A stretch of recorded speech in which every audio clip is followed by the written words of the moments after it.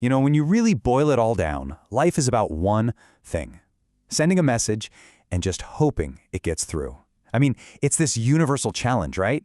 It doesn't matter if you're broadcasting a radio show to millions or just trying to get your brilliant idea across in a meeting. It's always a battle of signal versus noise. And here's the thing, this isn't just a human problem. Nope, it's fundamental to pretty much all life. I mean, why does a dog bark that warning? Or why does a chimp have these incredibly complex ways of vocalizing? The goal is always the same, no matter the species: transmit a clear signal, some piece of information, to someone or something else. So that's really the core idea we're going to dig into today. This fundamental, almost primal drive to send a signal, and the absolutely incredible lengths we've gone to both in nature and in our own technology, just to make sure that precious signal doesn't get lost in all the static. Okay, so before we jump headfirst into all the cool tech, I think it's really worth taking a second to appreciate just how deep this drive to communicate really goes. And yeah, like a lot of things, it all starts in the natural world. I mean, just think about it for a sec. You've got a dog barking, a bird showing off its super colorful feathers. Bees are communicating with smells, dolphins with these ridiculously complex sounds.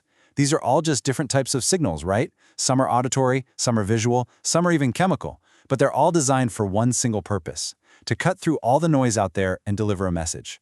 For them, it's not a choice, it's a biological imperative. It's survival. So how does all this translate over to the human world? Well, when we started wanting to send our own signals over really long distances, we ran into the exact same problem, just, on a technological scale. Our first big breakthrough? Radio. And honestly, it gives us the perfect model for understanding this whole idea of signal versus noise. This chart really lays it all out. Okay, so with AM radio, the signal, the music or the voice you're listening to, it's all encoded by changing the strength or amplitude of the radio wave. The big problem? Lots of things can mess with a wave strength, and that's exactly why AM radio is so prone to all that annoying static. But then FM radio came along with a totally different approach. Instead of messing with the strength, it encodes the signal by changing the pitch or frequency of the wave. And that one simple change makes it way more resistant to interference. So what are we actually talking about when we say noise in this context? Well, it's not just random sound. When it comes to radio, we're talking about real physical interference. Things like atmospheric conditions, big power lines, even your microwave oven warming up leftovers. All of these can create that crackling static that just completely drowns out the signal you're trying to hear. It's like a direct assault on the message. And for decades, this problem of noise just drove radio engineers crazy. They knew the signal was out there, but getting it cleanly to the receiver, that was a massive challenge.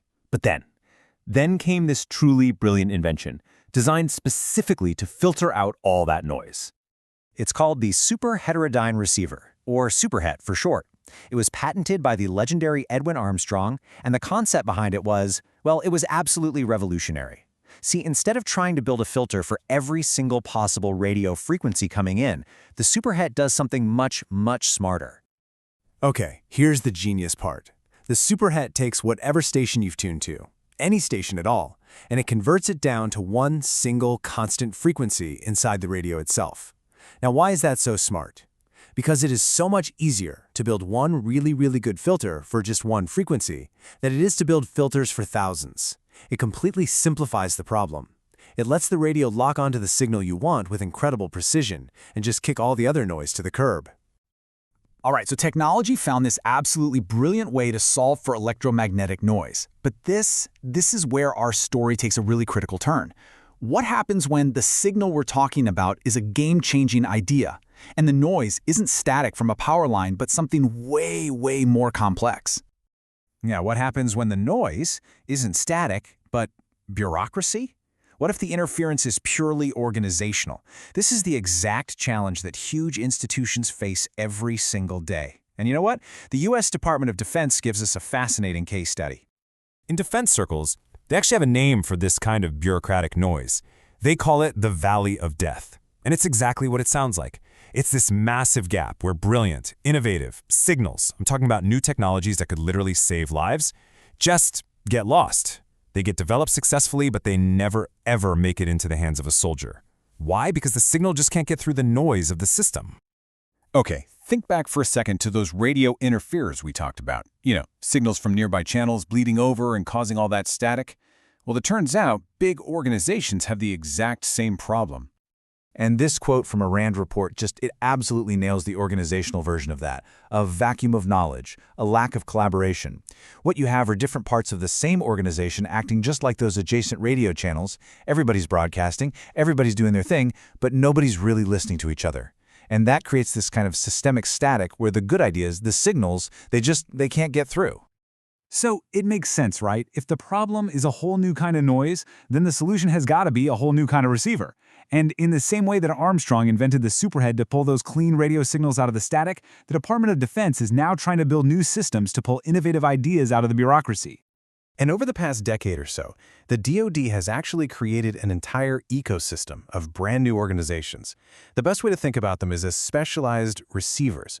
Each one is tuned to listen for very specific, innovative signals coming from the commercial tech world. The kinds of signals that the traditional, slower systems would almost certainly miss. So let's just look at a few of them. You've got the Defense Innovation Unit, or DIU. Think of it like a signal amplifier. It finds mature technology and just pushes to get it into the field super fast. Then there's AF Works, which is more like a signal scout, connecting the Air Force and Space Force with all kinds of innovators. And then you have SOFWorks, which is like a special frequency scanner, laser-focused on finding very specific tech for special operations forces. Now, even though they all have slightly different approaches, their shared mission is exactly the same. They act as liaisons. They are, in a way, institutional superheads. They're designed to lock onto a valuable signal, maybe a great idea from a tiny startup, and help it navigate all the noise, the funding gaps, the red tape, all of it, so it can finally reach the person who needs it. So what's the big takeaway here? It's that from the simplest animal call to the most complex piece of tech, the fundamental challenge is always the same. Can you get your signal through the noise? And it doesn't matter if that noise is radio static or layers of bureaucracy.